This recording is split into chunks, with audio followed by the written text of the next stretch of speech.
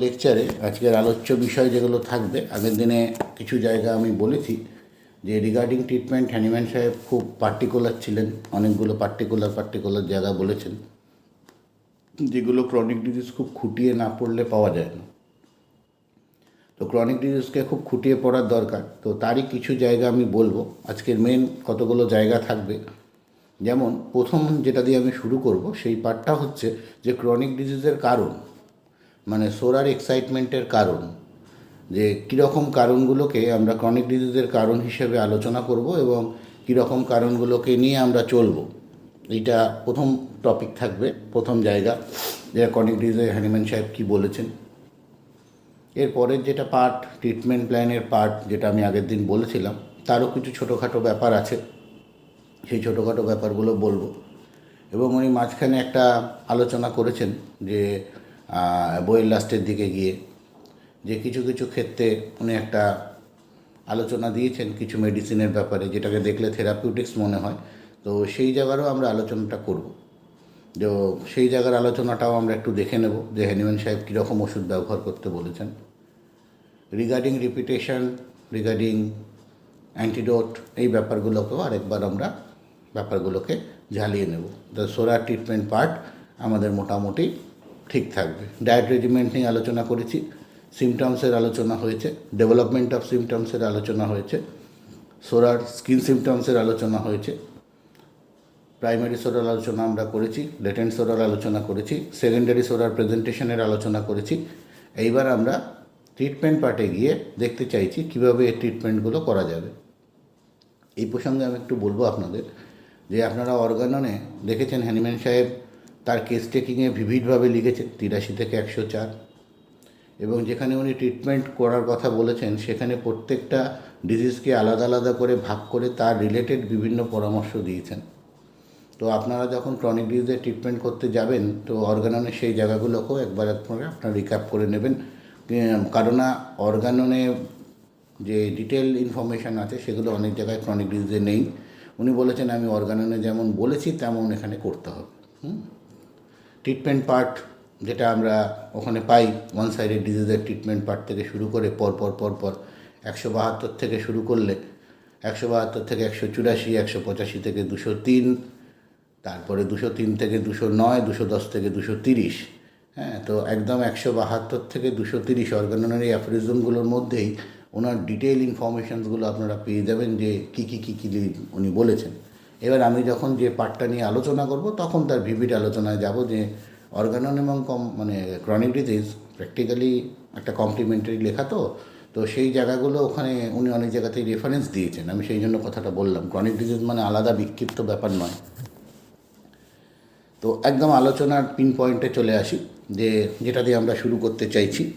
আমরা ক্রনিক ডিজিজের সেই পার্ট যেখানে উনি সাবধানতার কথা বলেছেন, যে আমরা এবার বেশ কিছু সাবধানতার কথা বলবো। সেখানে গিয়ে উনি বলছেন যে এই যে আমাদের ক্রনিক ডিজিজের কারণ, যেগুলোকে আমরা ক্রনিক ডিজিজের কারণ বলে মনে করছি, আমরা থিওরিটিক্যালি পড়লাম, জানলাম যে হ্যাঁ ক্রনিক ডিজিজের পেছনে মায়াজম কারণ, আমরা বুঝলাম মায়াজমেটিক কারণ এর পেছনে দায়ী, বংশগত ইতিহাস, এগুলো তো আছেই।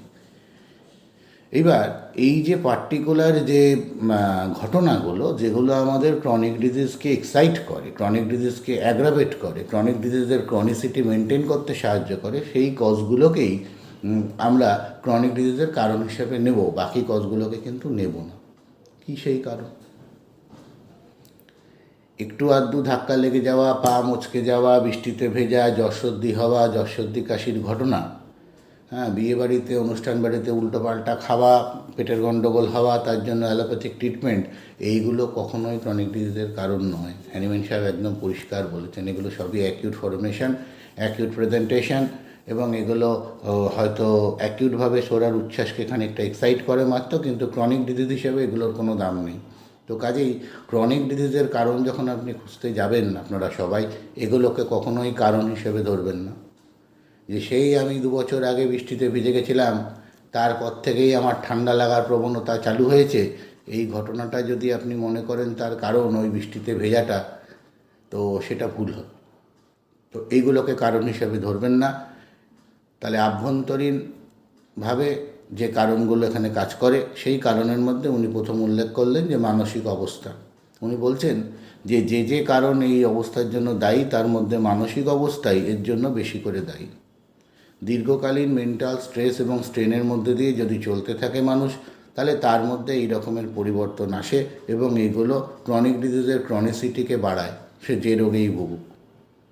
রোগের নাম যা খুশি হোক, সেটা চর্মরোগ হোক, সেটা কোলাইটিস হোক, সেটা অন্যরকম অন্য সমস্যা হোক, রেসপিরেটরি স্ট্রেস হোক, সব জায়গাতেই কিন্তু এই মানসিক যে ঘটনাগুলো যার মধ্যে দিয়ে রুগী নিরন্তর চলছে, সেটা তার সামাজিক অবস্থান, সেটা তার অর্থনৈতিক অবস্থান, তার সেক্সুয়াল লাইফ অ্যান্ড ফাংশন, তার ডোমিনেশন প্রেজেন্টেশন থেকে শুরু করে সব কিছু। আমি বর্তমান যুগের টার্ম ব্যবহার করছি, হ্যানিম্যান সাহেব বর্তমান যুগের টার্ম দেননি, উনি পুরনো দিনের টার্ম দিয়েছিলেন।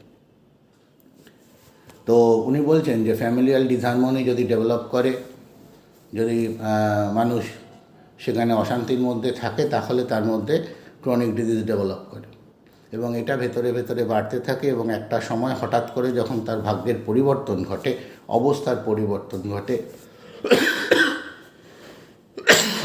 সেই সময় দাঁড়িয়ে এই গণ্ডগোলগুলো ডেভেলপ করে, এগুলো ফ্লেয়ার আপ হয়ে ওঠে। তাহলে কারণ কাকে ধরবেন? না, কারণ হচ্ছে এইগুলো।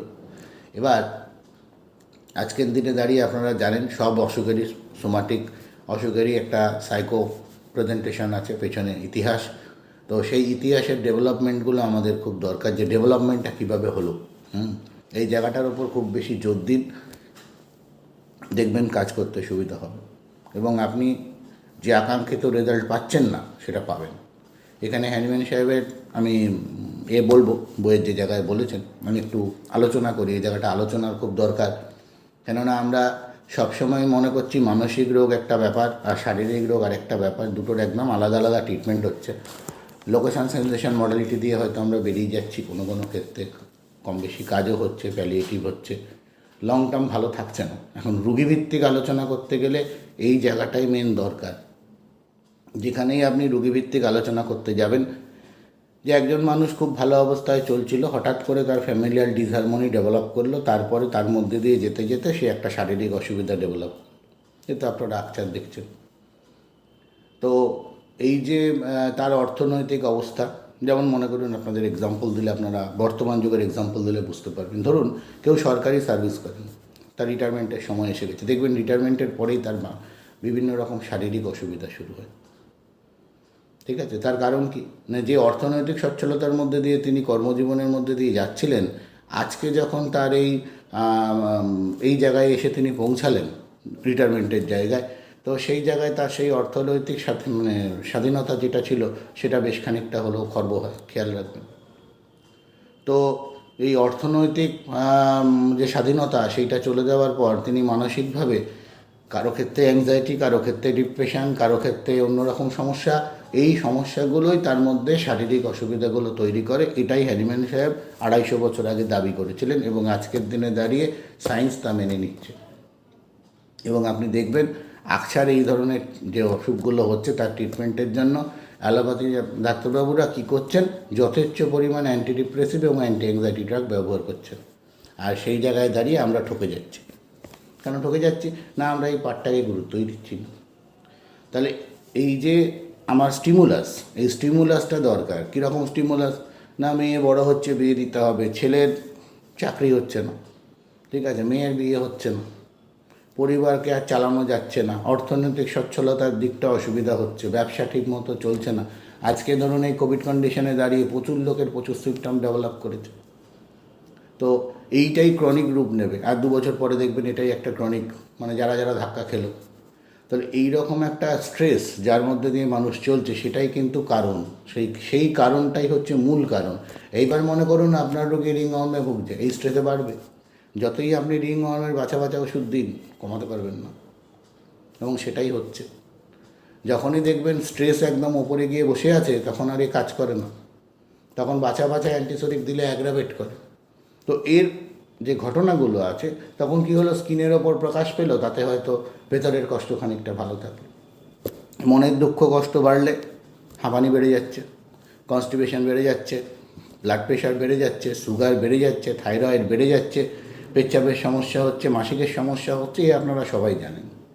এখন যেটা মেইন ব্যাপারটা কোথায় না, যেটা মেইন জায়গা যে ঘটনাগুলো, এই ঘটনাগুলোকে যদি আমরা খুব তাড়াতাড়ি তার ইন্ডিকেটেড ওষুধগুলো দিয়ে কভার করতে পারি, তাহলে এই সোরার জেগে ওঠা ব্যাপারটা অনেকটা কমে যেতে পারে, অনেকটা সাবলীল হতে পারে। কিন্তু সেটা যদি না হয়, তাহলে এটা দীর্ঘকালীন সময় পরে গিয়ে একটা সাংঘাতিক ক্রনিক ডিজিজের আকারে দাঁড়াবে। এই কথাই হ্যানিম্যান সাহেব বলেছেন। আমি কেন এত খোলসা করে বলছি, দেখবেন যে আজকের দিনে এই পোস্ট ম্যারাইটাল স্ট্রেস, মানে বিয়ে হয়েছে তারপরে তার স্ট্রেস শ্বশুরবাড়িতে গিয়ে সামলানো যাচ্ছে না, ডিভোর্স ফাইল হয়ে গেছে। দুজনে এক ছাদের নিচে থাকছে, দুজনেই বেরিয়ে যাচ্ছে, যা প্রত্যাশা করেছিল তা হয়ে ওঠেনি, ব্রোকেন ফ্যামিলি আজকের দিনে কমন প্রেজেন্টেশন। এবার আপনার কাছে পেশেন্ট যখন আসছে, সে কী নিয়ে আসছে? সে বলছে আমার ব্রেস্টের লাম্প হয়েছে, আমার ইউটেরাইন টিউমার হয়েছে, আমার মেনস্ট্রুয়েশনে গন্ডগোল হয়েছে, হ্যাঁ, আমার একটা ক্রনিক লিউকোরিয়াল প্রবলেম ডেভেলপ করেছে, আমার একটা ক্রনিক ব্যাকেট ডেভেলপ করেছে, এই সংখ্যাটাই বেশি। এবার আপনি নিয়ে জানতে পারলেন তার একটা ব্রোকেন ফ্যামিলি, তার একটা বাচ্চা আছে বা বাচ্চা নেই, আর তিনি এর মধ্যে দিয়ে চলেছেন। তিনি প্রথমে ভুল করেছেন, এখন বুঝতে পেরেছেন, ডিভোর্স করেছেন, সেটা মিউচুয়াল ডিভোর্স হতে পারে, সেটা অন্য কিছু, what ever it may be. তার মানেটা কি দাঁড়ালো? এই যে কোথায় থেকে পরিবর্তন শুরু, এই জায়গাটা যদি আপনি ধরতে পারেন, তাহলে আপনার ওষুধ সিলেকশন সোজা হয়ে যায়। ঠিক আছে? ক্ষোভ, দুঃখ, অভিমান, রাগ, ঘৃণা, এই যে ঘটনাগুলো আছে, এর জন্য আমাদের একদম বাছা বাছা অস্ত্র আছে। আপনি রোগীর অনুভূতিটা বুঝুন। যেমন আপনাদের এক্সাম্পল দিয়ে বলি, আমি অনেক ক্লাসেই বলে থাকি, নাহলে এগুলোকে এভাবে না বললে পারে গ্রহণযোগ্যতা থাকে না। দেখুন, শুনুন, বুঝতে পারবেন। এক ভদ্রমহিলার স্বামী মারা গেছেন। ভদ্রমহিলা 15 দিন পরে এসছেন, হাপুস নয়নে কাঁদছেন, তার নিজের সিমটম কিছুই বলতে পারছেন না। খুব স্বাভাবিক অবস্থা। এই অবস্থা, কোনো কিছু বলতেই পারছেন না, কেঁদেই চলেছেন, একটা দুঃখের মধ্যে আছেন, আপনি ডিপ্রেশনের প্রেজেন্টেশন পেলেন, আপনি বাছা বাছা ওষুধ ভাবতে পারলেন। বেশ, যেমন মনে করুন ইগনেশিয়া, যেমন মনে করুন ন্যাট্রাম, বেশ। এইবার এই ভদ্রমহিলা আরেকজন এলেন, তিনি বললেন, যাক গেছে, পাপ গেছে, গেছে পাপ গেছে। তারও স্বামী সারাটা দিগন্ত জ্বালিয়ে পুড়িয়ে মারলো, গেছে, আপদ বিদেয় হয়েছে, বাঁচা গেছে। এহেন লোককে তো আর আপনি ইগনেশিয়া দিতে পারেন না। এইটাই হচ্ছে রিলেশনশিপের জায়গা, যে আপনার ওই রুগীটা বর্তমান অবস্থায় শোক দুঃখের পর কী অবস্থায় আছে, তার নিপীড়িত নিষ্পীড়িত যে মনুষ্য জীবনের মধ্যে দিয়ে তিনি চলছিলেন, আজকে তিনি কোন জায়গায় পৌঁছেছেন, কেন তার মনে হচ্ছে গেছে, পাপ গেছে। ঠিক আছে? এই আবার দেখুন, আপনাকে এখানে জানতে হবে তার অর্থনৈতিক সচ্ছলতার ব্যাপার। তিনি খুব হাউতাশ করছেন বা খুব ভেঙে পড়েছেন, কিন্তু তার ত্রাণটা ঠিক স্বামী চলে দেওয়ার জন্য নয়। অর্থনৈতিক সচ্ছলতার ব্যাপারটা, পরিবার কেন্দ্রিক আলোচনাটা, বাচ্চা কাচ্চাগুলোকে নিয়ে তো এবার ঘটিবাটি বেঁচে পথে দাঁড়াতে হবে, এই ব্যাপারটাই তার মধ্যে প্রমিনেন্ট। একই ঘটনা, কিন্তু দেখুন প্রত্যেকটা রিপারকেশন আলাদা আলাদা। আরেকজন বলছে এটা তো হবারই ছিল, ওকে তো বহুবার বলেছি মদ খেও না, মদ খেও না, মদ খেও না, সিরোসিস হবে, মরবে। তা মরেছে, কী করব? ভালোই হয়েছে, যেমন কর্ম তেমন ফল, কথা বললে তো শোনে না ও, ঠিক, আর কী করা যাবে, আমাদের এটা হবারই ছিল। এর জন্য তো আমার শ্বশুরও দায়ী, সেও মদ খেয়ে খেয়ে গেছে, এও মদ খেয়ে খেয়ে গেছে। ভাবুন, ক্ষোভ রাগের একটা সংমিশ্রণ পাচ্ছেন। ওদের সঙ্গে কথা বলা, ওদের পরিবার নিয়ে কথা বলা আমার ঠিক এর বাইরে। মারা গেছে সামনে, ছেলের ক্ষেত্রেও একই ব্যাপার। বাপ বলছে, ও আমি জানি ছেলে নিয়ে কিছু বলবেন না, আমি মনে করি আমার ছেলে মারা গেছে, আমাদের ছেলে মেয়ে নেই। বাবা যদি বলে ছেলে মেয়ে নেই, ছেলে বেঁচে আছে, তাহলে ভাবুন, এইটাই হচ্ছে রোগের উৎপত্তি স্থল। এবার এই ভদ্রলোকেরই আপনি ট্রিটমেন্ট করছেন তার ব্লাড প্রেশারের ফ্ল্যাকচুয়েশন, এই ভদ্রলোকেরই আপনি ট্রিটমেন্ট করছেন তার প্রস্টেট গ্ল্যান্ডের এনলার্জমেন্ট, তার পায়খানাটা পরিষ্কার হচ্ছে না, তার সকাল বিকেল গ্যাস হচ্ছে, গ্যাস ওপর দিকে উঠছে, নিচের দিকে নামছে। তো সাধারণ প্রেসক্রিপশন। তো আমরা তো গ্যাসেই আটকে আছি, প্রোডাকশান কোথা থেকে হচ্ছে তো বুঝছি না। লাইকোপোডিয়াম, কার্বোভেজ, নাক্সবোম ঘুরছি, গ্যাসের ওষুধ দিচ্ছি, কিন্তু গ্যাসটা কোথায় হলো? বলছে আমার এত জিনিসপত্র ছিল, সে তো কিছু বুঝলো না, ও গেছে পাপ গেছে, বিধর্মে বিয়ে করেছে। আমি ব্রাহ্মণ, আমাদের কুলদেবতা আছে, তার এদিকে কোনো ব্যাপার নেই, তিনি অন্য ধর্মে বিয়ে করেছেন, তো গেছে, গোল্লা হয়ে গেছে। এইটা হচ্ছে তার ওষুধ। এই ওষুধটা যখনই আপনি বুঝতে পারবেন, যখনই আপনি এই স্ট্যাফিসেরিয়াকে চিনতে পারবেন, তখন দেখবেন এই ক্রনিক ডিজিজের রাস্তাটা আপনার কাছে খুলে যাবে। ইরেসপেক্টিভ টু ওই সব সন্ধেবেলা গ্যাস হয়, আর গ্যাস নিচের দিকে পাস হয়, ওপর দিকে ওঠে, গ্যাস পাস হলে আরাম হয়, ইত্যাদি ইত্যাদি। ওটা একটা সিমটম, ডেফিনেটলি সিমটম। আমি বলছি না যেটা সিমটম নয়, ওটা দিলে কাজ করে না, কিন্তু ঘটনাটা দেখুন, যদি আপনি তার কারণ পর্যন্ত পৌঁছাতে না পারেন, তাহলে কিন্তু হলো না, তাহলে কিন্তু আপনি পৌঁছাতে পারলেন না।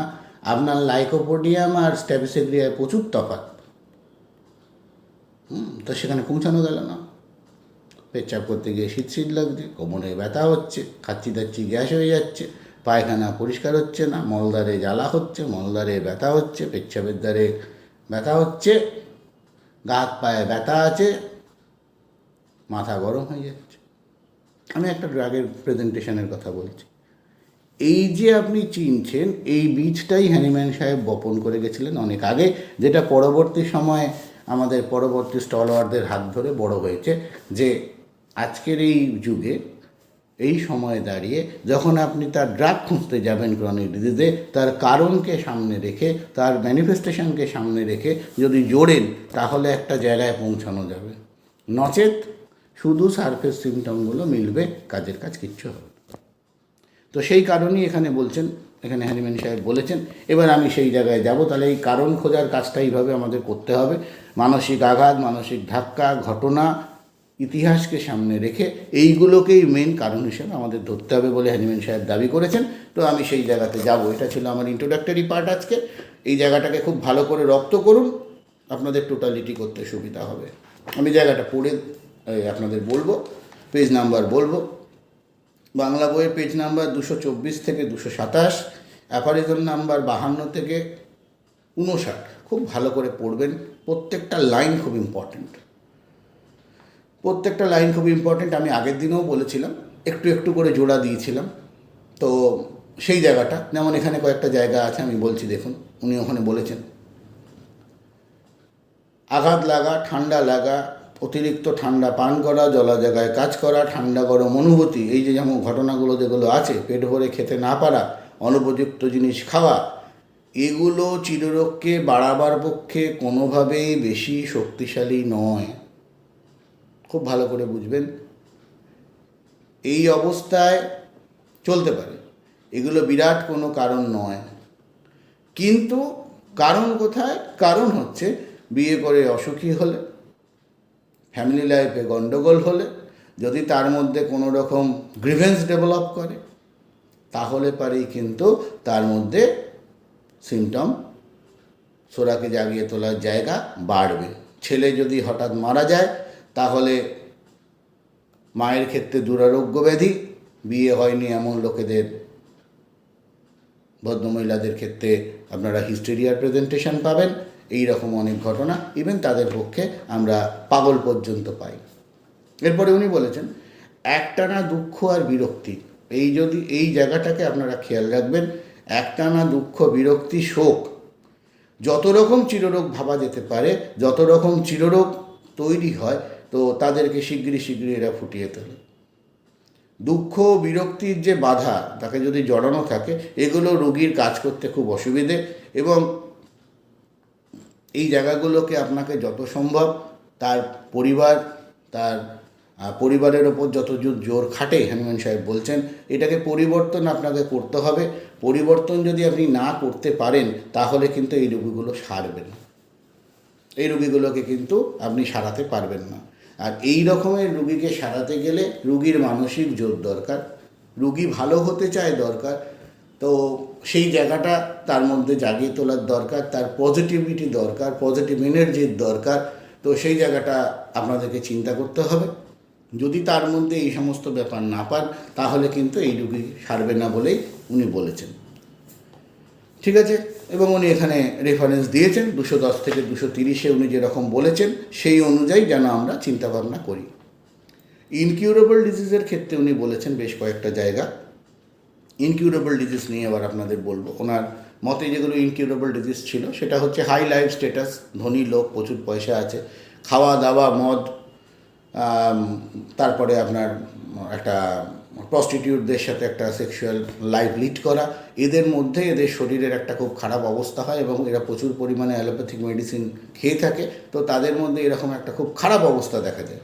তো এই যে খারাপ অবস্থা তাদের মধ্যে দেখা যায়, এই অবস্থাটার পরিবর্তন হওয়া খুব শক্ত, কারণ তারা লাইফস্টাইল চেঞ্জ করে না, তারা লার্জ এবং লার্জার ডোজে ওষুধ খেয়েছে, তাদের মধ্যে সেক্সুয়াল ডিজিজ খুব কমন, তো সেক্সুয়াল ডিজিজের সাপারেশন হয়েছে, তো এদের একটা খিচুড়ি মার্কা অবস্থা থাকে। তো উনি সেটাই বলেছেন যে এইভাবে লার্জ এবং লার্জার ডোজে ওষুধ খাওয়া, তৎকালীন সময়ে যা যা রকম ব্যবস্থা ছিল, খনিজ জলে চান থেকে শুরু করে তিনি ওগুলো বলেছেন, এতে তাদের শরীরের অর্গানগুলোর খুব ড্যামেজ হয়। তো এদেরকে সম্পূর্ণ সুস্থ করে তোলা খুব শক্ত ব্যাপার বলে উনি দাবি করেছেন। এখানে আমি পেজ নাম্বার বলবো, এখানে আপনারা 228 থেকে শুরু করে 233 এই জায়গার মধ্যে এটার ডিটেলিং পাবেন। 228 থেকে 228 থেকে 233 এর মধ্যে আপনারা এই জায়গাটার ডিটেল ইনফরমেশন পাবেন। এগুলোই উনি বারবার বলেছেন এবং বিভিন্ন রকম এক্সাম্পল দিয়ে বোঝানোর চেষ্টা করেছেন যে এগুলো ইনকিউরেবল ডিজিজ হতে পারে এবং এক্ষেত্রে যদি কোনো নতুন হোমিওপ্যাথ ডাক্তার মনে করেন যে এগুলোকে সারিয়ে দেবেন, তাদের ক্ষেত্রে খুব ভুল হবে। কেননা এক্ষেত্রে প্রচুর সময় লাগবে, ধৈর্য রাখতে হবে এবং এই ধৈর্য রেখে তারা যদি এগোয় তাহলে পরে তাদের কিছু উন্নতি হতে পারে, নচেত কিন্তু খুব একটা উন্নতি কিছু হবে না। আবার অপরপক্ষে যারা মাঠে ঘাটে কাজ করে, যাদের জীবনযাপন প্রণালী খুব সোজা, তো তাদের কিন্তু অসুখ সারানো খুব সোজা তুলনামূলক এই ধনী লোকেদের থেকে। এটা উনি বলেছেন 234 পাতায় দেখবেন একটা ফুটনোট আছে, সেই ফুটনোটে গিয়ে উনি বললেন 64 নম্বরের ফুটনোটে উনি বলছেন যে এদের ক্ষেত্রে কিন্তু ওষুধ দিলেই কাজ করে। তো আমাদের ডাক্তারবাবুদের মধ্যে যদি কারো গ্রাম এবং শহরে একই সাথে চেম্বার থাকে, আপনারা ট্যালি করলে দেখতে পাবেন যে অ্যান্টিসেপটিক মেডিসিন দিলে লাইফস্টাইল যাদের খুব সোজা, যাদের প্যাঁচ, মনের মধ্যে প্যাঁচ কম, যাদের মানিটারি হয়তো প্রবলেম থাকতে পারে কিন্তু মাঠে ধান আছে, চাষের জিনিস আছে, রাতে ঘরে ঘুমাচ্ছে, আর এদের কারো কারো দেখবেন ব্যাংকে কোটি কোটি টাকা কিন্তু রাতে 3-4টে ঘুমের ট্যাবলেট খেতে হচ্ছে। এই দু রকমের লোক আর দু রকমের লোকের দু রকমের ট্রিটমেন্ট প্ল্যান আপনাকে ফলো করতে হবে। তো হ্যানিম্যান সাহেব বলছেন যে এদের ক্ষেত্রে যাদের লাইফস্টাইল ভালো, যাদের শরীর স্বাস্থ্য ভালো, গ্রামের মানুষদের ক্ষেত্রে এই রকমের ব্যাপারটা তাড়াতাড়ি কাজ করে বলে উনি বলেছেন। এরপরে উনি যে আলোচনাটা করেছেন, তাহলে প্রথম আপনাদের যেটা বললাম যে কারণ হিসেবে কাকে ভাববেন, আর কারণ হিসেবে ভাবার জায়গাটাকে কেন এত জোর দিচ্ছি না, কারণ হচ্ছে আজকে আমরা যে পরিমাণ অসুখ পাচ্ছি তার মোটামুটি 70 থেকে 80% রোগ এইখান থেকে ডেভেলপ করছে। মানে প্রত্যেকটা ঘরে ঘরে যদি আপনি নজর দেন একদম সেম জিনিস, কোথাও জেলাসি, কোথাও রাগ, কোথাও ক্ষোভ, কোথাও দুঃখ, এইখান থেকে রোগের শুরু। চেম্বারে এসে বলছে ও শাশুড়ি না মরলে আমার কিছু রোগ সারবে না, আর শাশুড়ি বলছে বৌমা আসার পর থেকে আমার রোগ শুরু হয়েছে। যারা মেয়েরা আছেন ব্যাপারটাকে অন্যভাবে নেবেন না, আমি ডাক্তারি স্বাস্থ্যের কারণে বলছি যে এই যে একটা ডিসহারমোনি, এই ডিসহারমোনি থেকেই কিন্তু যাবতীয় রোগের শুরু, এই ডিসহারমোনি প্যাটার্ন থেকেই কিন্তু রোগের শুরু। তো এটা তার বেসিক পার্সোনালিটি টিঞ্জটা বুঝতে চেষ্টা করুন। বেসিক পার্সোনালিটি টিঞ্জটা যেখানে হবে, এমনিতেই ফ্রয়েডিয়ান প্রিন্সিপালে যা বলেছে তাতে আপনারা সবাই জানেন যে দ্বন্দ্ব কিছু থাকবেই, পরিবার মানেই দ্বন্দ্ব থাকবে। তো সেই দ্বন্দ্বের কোপআপের যে স্ট্র্যাটেজিস, সেই ব্যাপারগুলোকে মেনে নিয়ে যদি মানুষ চলে, লক্ষণ ডেভেলপ করে না। কিন্তু যখন তার বহিঃপ্রকাশটা এইরকম হবে তখন কিন্তু আপনাকে সেই রকমের ওষুধের কথাই ভাবতে হবে যা কিনা এখানে পেনিট্রেট করতে পারে।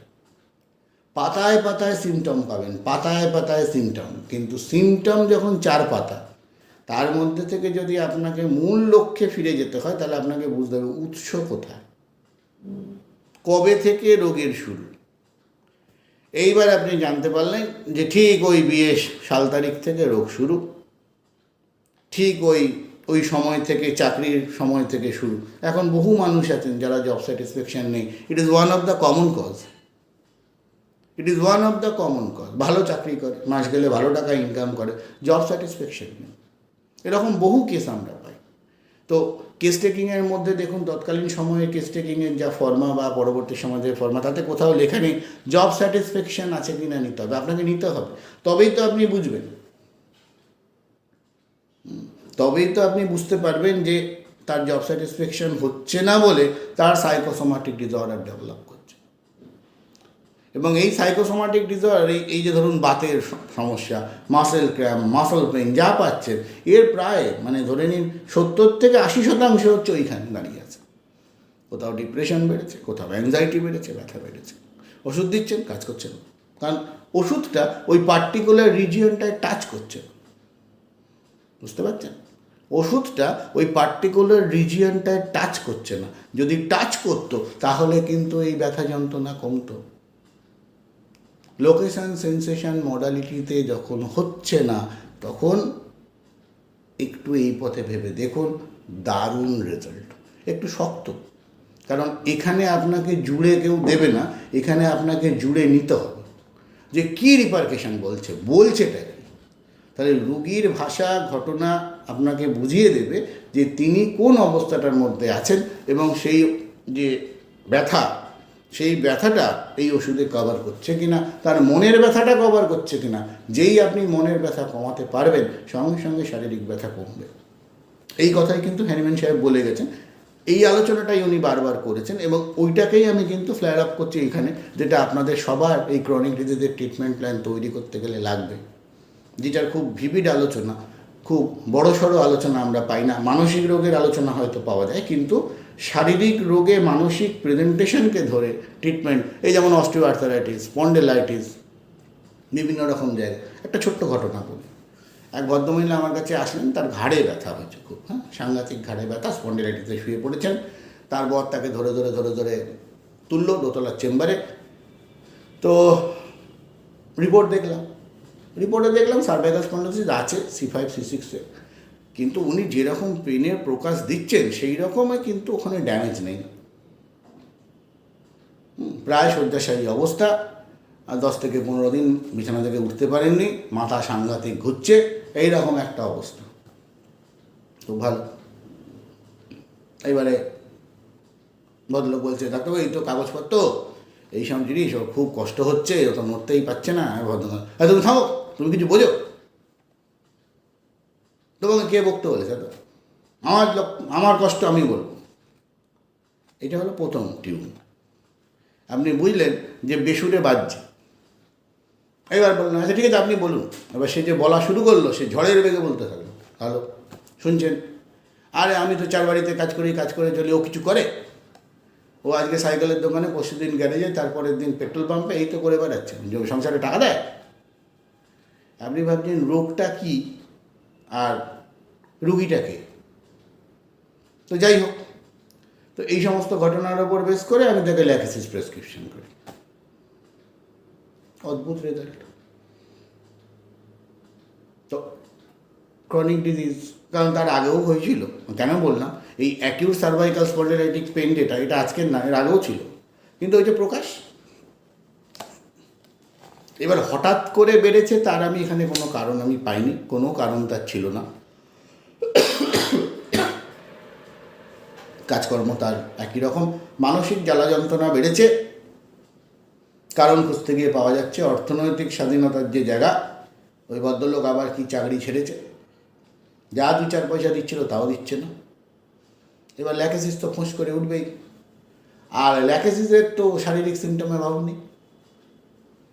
আপনি জানেন না এমন সব লক্ষণ ল্যাকেসিসে আছে। কত লক্ষণ চাই ল্যাকেসিসে, ও তো ঝুড়ি লক্ষণ। এইটা হচ্ছে জায়গা। এইবার আরেকটা জায়গার কথা বলি, যে জায়গায় গিয়ে আমরা খুব ভুল করে ফেলি, বিশেষ করে নতুন ডাক্তারবাবুরা। যে যেই সার্ভাইকাল স্পন্ডাইলোসিস শুনে ফেললাম আগে দেখিয়ে সার্ভাইকাল স্পন্ডাইলোসিস করে কিনা, এই ভুলটা করবেন না। হ্যানিম্যান সাহেব বলেছেন, আমি আপনাদের বলবো যে হ্যানিম্যান সাহেব বলেছেন, don't go for the name of the disease. রোগের নামের পেছনে একদম দৌড়াবেন না। আপনি ঘটনা বুঝুন, দেখবেন সুন্দর কাজ হচ্ছে। রোগের নাম ধরে কাজ করতে গেলেই ভুল হবে। রোগের নাম ধরে কাজ করতে যাবেন না। রোগের নাম ধরে যত কাজ করতে যাবেন একদম পরপর ঠকবেন। হ্যানিম্যান সাহেব একদম পরিষ্কার বলেছেন যে রোগের নাম দিয়ে কিন্তু কাজ করতে যাবেন না। রোগের নাম দিয়ে কাজ করতে গেলেই ভুল হবে। Page number 240, aphorism number 72। ওই জন্য উনি বলছেন যে আমাদের রেপার্টরি, আমাদের যে প্র্যাকটিস অফ মেডিসিন যে বই, সেখানে রোগের নাম যা বলা আছে তাই দিয়ে কিন্তু ট্রিটমেন্ট করবেন না। রেপার্টরি ব্যবহারের কথা তো আগেও বলেছি, আগের দিনও বলেছি যে আপনারা যে রেপার্টরির ব্যবহার করবেন সেখানে আপনাদের খুব ভালো করে কান তৈরি করতে হবে, পদ্ধতি আপনাকে খুব ভালো করে শিখতে হবে। ভালো রেপার্টরি ডেফিনেটলি আপনি ব্যবহার করতে পারেন, পদ্ধতিটা ব্যাপার। রেপার্টরির মধ্যে কোনো পদ্ধতি লেখা থাকে না। সে আপনি কেন রেপার্টরি ব্যবহার করুন, আপনি মার্ফি ব্যবহার করুন, সে আপনি সিনথেসিস ব্যবহার করুন, আপনি বোগার ব্যবহার করুন, ফিলোসফিটা মেন। আর সেই ফিলোসফি অনুযায়ী কেস টেকিং, সেই ফিলোসফি অনুযায়ী তার ইভ্যালুয়েশন যদি না হয়, রেজাল্ট কিন্তু ঠিক আসবে না। মেইন জায়গা কিন্তু ফিলোসফি, রেপার্টরি বই নয়। এটা একটু খেয়াল করবেন। তাহলে রোগের নামের মধ্যে দিয়ে যাবেন না, এই জায়গাটা ভুল। তো সার্ভাইকাল স্পন্ডাইলোসিস থেরাপিউটিক মাথা থেকে ঝেড়ে ফেলুন। সার্ভাইকাল স্পন্ডাইলোসিস আমাদের কাছে একটা রোগ। আমাদের হোমিওপ্যাথিতে রোগ 3টে 4টে বলি আমরা। কেন 3টে? মায়াজম আর একটা মিক্সড মায়াজম।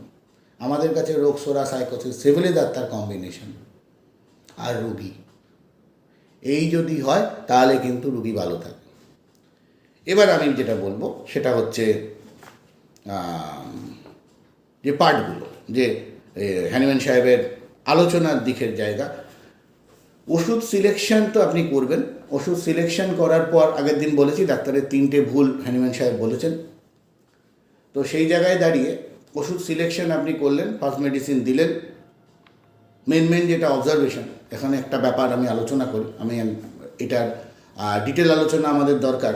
আর একটা বিরাট ভুল আপনারা সবাই ভেবে দেখবেন, বিশেষ করে যারা পুরনো চিকিৎসক আছেন।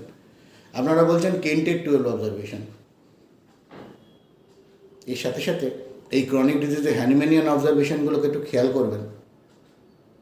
হ্যানিম্যানিয়ান অবজারভেশনগুলোকে সাজানো নেই। একটু কষ্ট করে যদি সাজান তাহলে দেখবেন হ্যানিম্যানিয়ান অবজারভেশনে সব লেখা আছে, কিন্তু তফাৎ আছে। কি তফাৎ আগে বলি। হ্যানিম্যানিয়ান অবজারভেশন, হ্যানিম্যানিয়ান সিলেকশন, হ্যানিম্যানিয়ান ডোজ পোটেন্সি, হ্যানিম্যানিয়ান রিপিটেশনের ওপর দাঁড়িয়ে। কেনশিয়ান ডোজ পোটেন্সি, কেনশিয়ান সিলেকশন, কেনশিয়ান রিপিটেশনের ওপর দাঁড়িয়ে আছে কেন ফিলোসফি, যার ওপর দাঁড়িয়ে কেন্টের 12 অবজারভেশন। হ্যানিম্যানিয়ান অবজারভেশন অনুযায়ী যদি আপনি প্রেসক্রিপশন করেন তাহলে কিন্তু আপনার কেন্টের 12 অবজারভেশনের একটাও আপনার মিলবে না। 12টা তো অনেক দূরের কথা, ঠিক আছে? 12টা তো এমনি 12টা লাগেও না। 4টে অ্যাগ্রাভেশন, 3টে অ্যামোলারেশন, 4টে 3টে 7টা নিয়ে তো আমাদের কারবার। আর সিমটমস কেমন কী যাচ্ছে, এই তো ব্যাপার।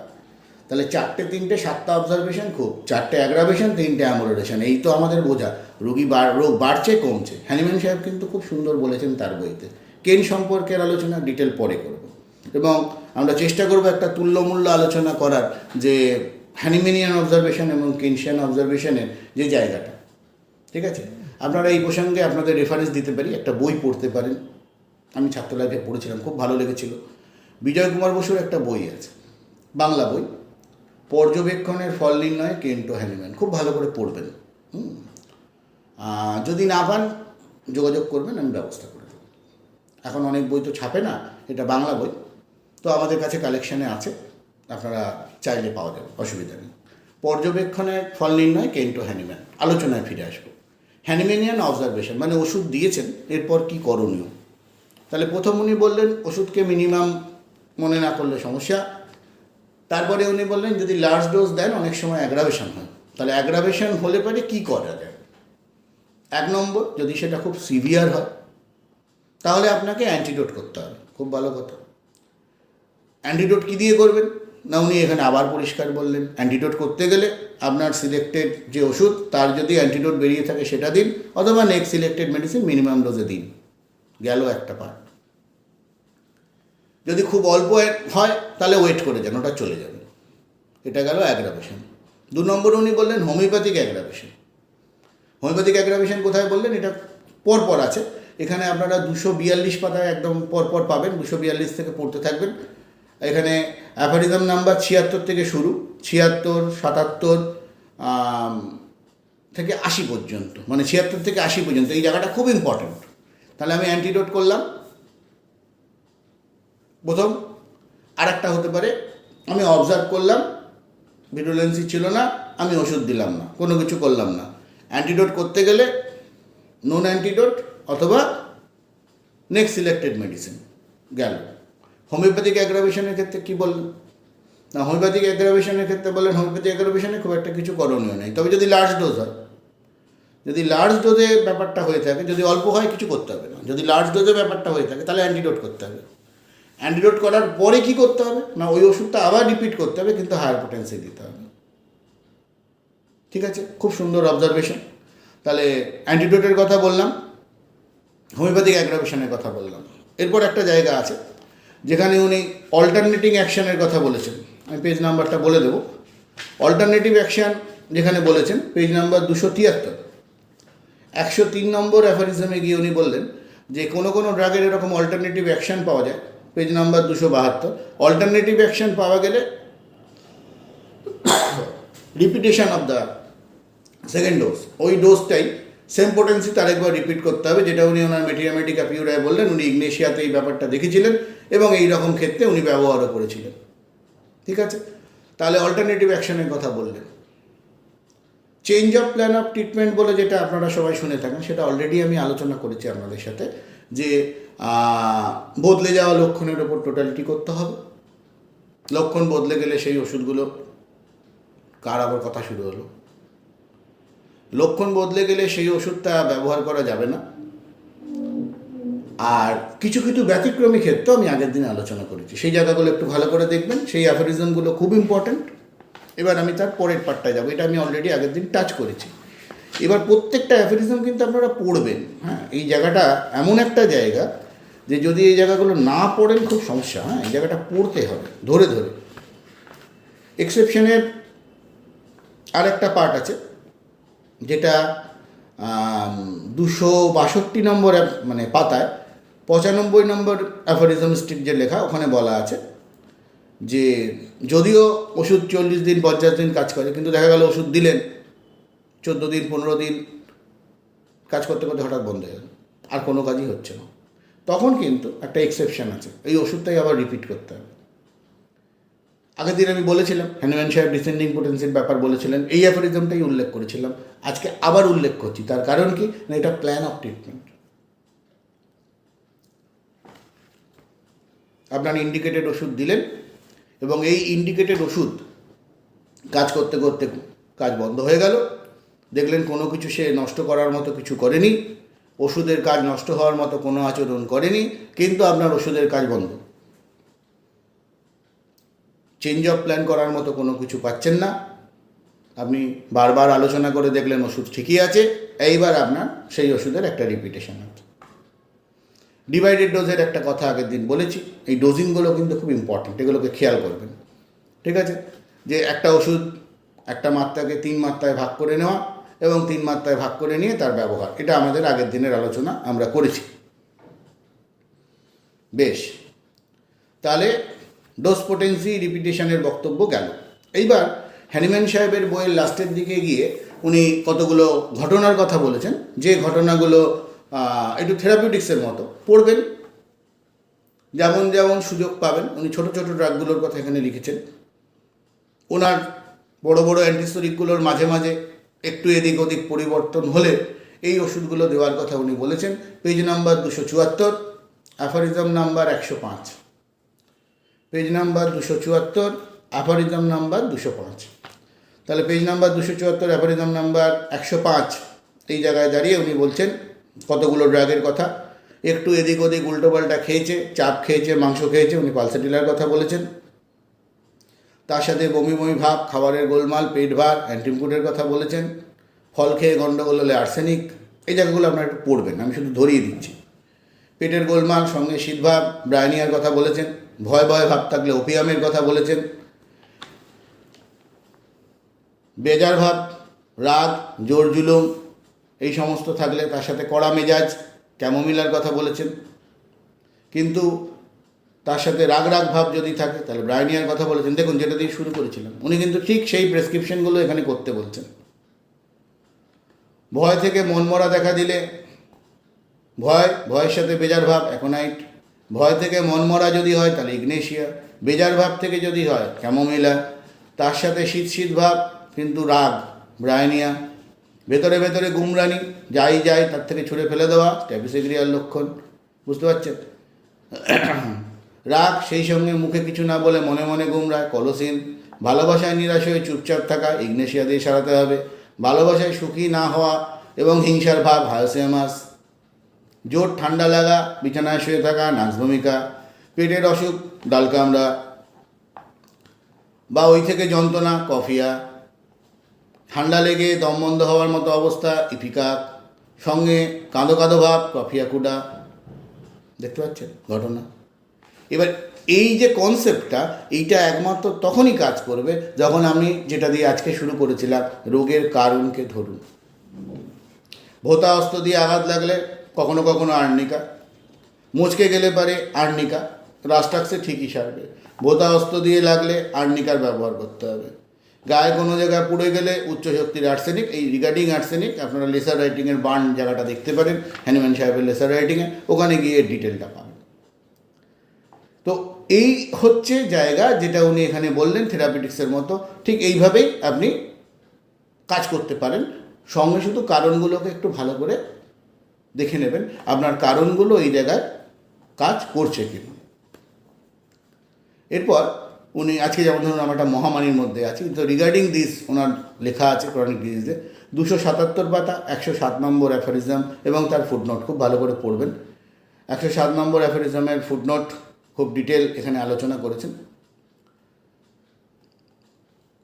উনি বারবার বলছেন প্রত্যেক বছরই যে মহামারী হয় তার জ্বরের লক্ষণ তফাৎ করতে দেখেছি, সেই জন্য এগুলোকে ফি বছরই রকম রকম ওষুধ ব্যবহার করতে হয়। এক বছর আর্সেনিক, অন্য বছর বেলেডোনা, এক বছর অ্যান্টিমকোড, স্পাইজেলিয়া, অ্যাকোনাইট এবং পরে পরে কেবল ইপিকাক, নাক্সভমিকা, সল অ্যামোনিয়া, ন্যাট্রামিউর, ওপিয়াম, সিনা, ক্যাপসিকাম বা ক্যাপসিকাম মেনিয়েন্থাস, ট্রাইফোলেটা, ক্যালকেরিয়াকা, পালসেটিলা, দুটি কার্বের ভেতর যে কোনো একটা, আর্নিকা, পরে ইপিকাক, আর্নিকা দেওয়ার দরকার হয়েছিল। মানে উনি ওনার অবজারভেশনের কথা বললেন, কোথাও কিন্তু কোনো ফিক্সিসিটির কথা বললেন না। জায়গাগুলো খেয়াল করুন, এত বছর আগে লেখা। আজকে আমরা করোনা ভাইরাসের এই যে প্রকোপের মধ্যে পড়েছি, তো বুঝতেই পারছেন ছন্ন ছাড়া অবস্থা। আর্সেনিক আর্সেনিক আর্সেনিক, হ্যানিম্যান সাহেব কিন্তু সেরকম কোনো কথাই বলেননি, খেয়াল রাখবেন। হ্যাঁ, লক্ষণ অনুযায়ী ভাববেন, লক্ষণ অনুযায়ী ভাবার দরকার। এটারই কন্টিনিউশন আছে যখন, তাহলে সিমটোম্যাটিক প্রেজেন্টেশনের ওপর ভাবুন। আর একটা জায়গা, ঠিক এর লাস্ট পার্টটা আমি পড়ে দিচ্ছি। সেই জন্য মহামারী সবিরাম জ্বরের প্রত্যেকবার চিকিৎসার সময় শক্তিকৃত সালফার বা হিপার সালফারের একটি করে মাত্রা দেওয়ার দরকার। এতে রুগী আরও সহজভাবে, নিশ্চিতভাবে প্রকৃত স্বাস্থ্য ফিরে পায়। এই জায়গাটা খুব ইম্পর্টেন্ট, খেয়াল রাখবেন। তো ঠিক এই জায়গাকে কাজে লাগিয়ে সালফার হিপার সালফারের জায়গা বুঝলেন। সোরা এবং সিফিলিসের একটা কম্বিনেশনের কথা আমি বারবার বলেছি ক্রনিক ডিজিজ পড়া থেকে আপনাদের। তো সালফার এবং হিপার সালফারের পয়েন্ট অফ ভিউ হ্যানিম্যান সাহেব উল্লেখ করলেন। মহামারীর ক্ষেত্রে, দুর্বলতার ক্ষেত্রে চায়নার ব্যবহারের কথা উনি এখানে বলেছেন এবং উনি বারবার বলছেন, প্রচুর ড্রাগের কথা বলেছেন। সিমটম অনুযায়ী আপনাকে ভাবতে হবে। জেটাস এপিডেমিকাসের কথা ভাবতে পারেন, কিন্তু তাতে রিচ করার পদ্ধতি, প্ল্যান আলাদা আলাদা। হ্যাঁ, তো সেই জায়গাগুলো আপনারা জানেন, সেই জায়গাগুলো আপনাদের একটু দেখে নিতে হবে। তো এই প্ল্যান প্রোগ্রামগুলো হ্যানিম্যান সাহেবের বইতে আপনারা পাবেন, সেটা একটু দেখবেন। এরপর এখানে আরেকটা ব্যাপার বলি, যে আমাদের কাছে রুগী এসেই তো ডিমান্ড করে ডাক্তারবাবু কতদিনে সারবে। তো হ্যানিম্যান সাহেব একটা জায়গা বলেছেন, আপনাদের ইনফরমেশনটা দেওয়ার জন্য বলছি। 10, 20, 30 বছর ধরে ভুগছে, রোগীর চিকিৎসার দফা দফা হয়ে বসে আছে। ঠিক এই রকমের রোগ যদি চিকিৎসার মাধ্যমে 1 বছর 2 বছর সারানো হলে খুব তাড়াতাড়ি সারানো হয়েছে ভাবতে হবে। Page number 289, aphorism number 120। Time of অ্যাডমিনিস্ট্রেশনের কখন দেবেন ওষুধ, এটা সম্পর্কেও হ্যানিম্যান সাহেব উল্লেখ করেছেন। প্রত্যেকটা জিনিস উনি একদম ধরে ধরে ধরে ধরে বলেছেন। হ্যাঁ, তো 291 পাতা 122 নম্বর অ্যাফোরিজম উনি লিখছেন যে কখন ব্যবহার করতে হবে। অ্যাফোরিজমটা ভালো করে পড়বেন। সকালে খালি পেটে ব্যবহার, শোবার ঘণ্টাখানেক আগে না খেয়ে, বরং সকালে যখন কিছু না খাওয়া হয় খালি পেটে যদি ব্যবহার করেন তখনই এটা সবচেয়ে ভালো কাজ করে। পরের পার্ট রিগার্ডিং মেনস্ট্রুয়েশন, একটা পার্ট আগের দিন বলেছিলাম। 124 নম্বর অ্যাফোরিজম, পেজ নাম্বার 292। এখানে উনি ওই সেই নাক্স ভূমিকার কথা আগের দিন আমরা আলোচনা করেছিলাম, আবার আলোচনা করছি। উনি বলেছিলেন যে যদি একটা বেয়ারা অবস্থা হয় তাহলে নাক্স ভূমিকা দিতে হবে, শোকাতে হবে, এতে তার অবস্থা ফিরে আসবে। কখন থেকে? ইউজ অফ নাক্স ভূমিকা in third and fourth day of menstruation. Inhalation করতে হবে, আন্দাজ 72 ঘন্টা অন্তর একবার করে নাক্সের ছোটো বড়ি শোকা উচিত। তাতে মোটামুটি ব্যাপারটা একটা নির্দিষ্ট জায়গায় আসবে, তারপরে আপনি ওষুধ দিতে পারবেন। এবার আর একটা জায়গা খুব সুন্দর বলি, রিগার্ডিং প্রেগনেন্সি, পরের অ্যাফোরিজম, পেজ নাম্বার 293, 125 নম্বর। ষোড়াদশনত করার ওষুধ যে ব্যবহার করবেন, অ্যান্টিসোরিক ট্রিটমেন্ট করার যে জায়গা, সেই জায়গাটা এখানে উনি আলোচনা করেছেন।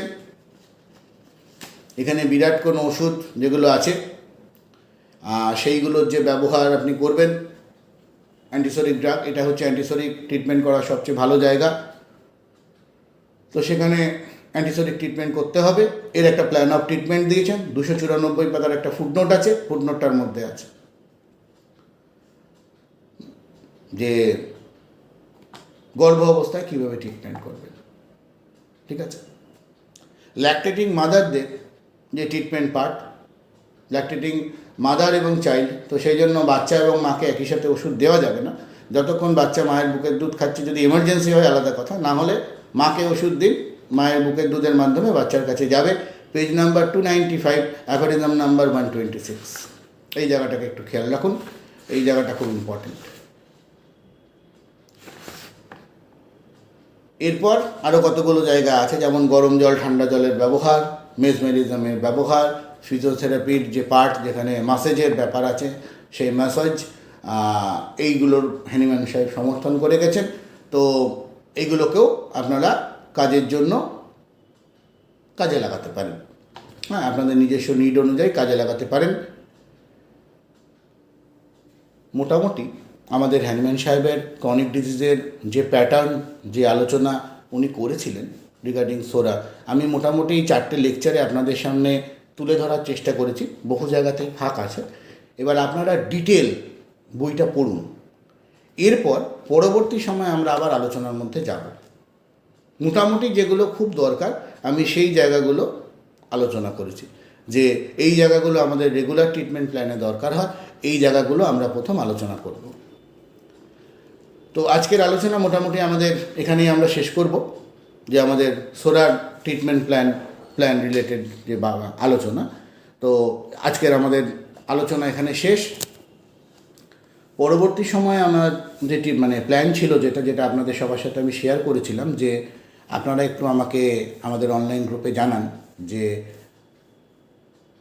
কেনশিয়ান এবং অন্য রকমের যে মায়াজমেটিক অ্যাঙ্গেলগুলো আছে, যেগুলো পেনিট্রেশনের দিক, সেইগুলো নিয়ে আমরা পরবর্তী আলোচনায় যাব, নাকি আমরা এর পরবর্তী যে আলোচনা মেটেরিয়া মেডিকা বেস্ট কিছুদিন আলোচনা করব। এটা আপনারা সবাই আমাকে একটু আমাদের অনলাইন গ্রুপে জানান। থ্যাংক ইউ, শুভরাত্রি, সবাই ভালো থাকবেন। আর একটা ইনফরমেশান আমি দেব, 25 তারিখ থেকে 1 তারিখ আমি একটু ছুটি নিচ্ছি, তো একটা ক্লাস আমাদের বন্ধ থাকবে, 28 তারিখের ক্লাসটা। Thank you all.